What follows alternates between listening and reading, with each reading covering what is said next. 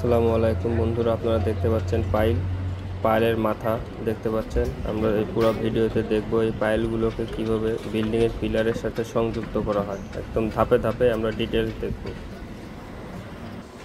আপনারা দেখতে পাচ্ছেন পাইলগুলো মাথায় পাইল ক্যাপ লাগানো হয়েছে এবং রড দিয়ে একটা পাইল বেসমেন্টে বেস তৈরি করে রড দিয়ে একটা পাইল ক্যাপের সাথে সংযুক্ত করা আছে।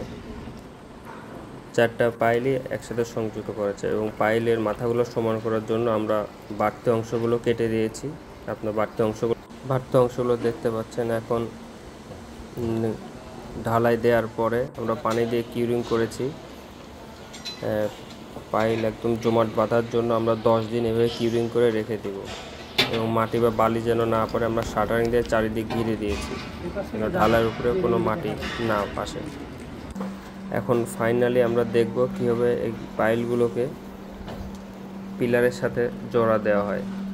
এই যে আপনারা দেখতে পাচ্ছেন পাইলের সাথে যে পাইল ক্যাপগুলো আছে, এই পাইল ক্যাপের সাথে আমাদের যে পিলারের রডগুলো বাঁধাই দেওয়া আছে 20 mm পিলারের রড, 22টা রড দিয়ে এই পিলারটা তৈরি হবে এবং গুণা দিয়ে আমরা এই রডগুলো একটির সাথে বাঁধিয়ে দিয়েছি। পরবর্তীতে আমরা আবার ফাইনালি ঝালাই করে বেঁধে দেব। ধন্যবাদ সবাইকে পুরো ভিডিওটি দেখার জন্য।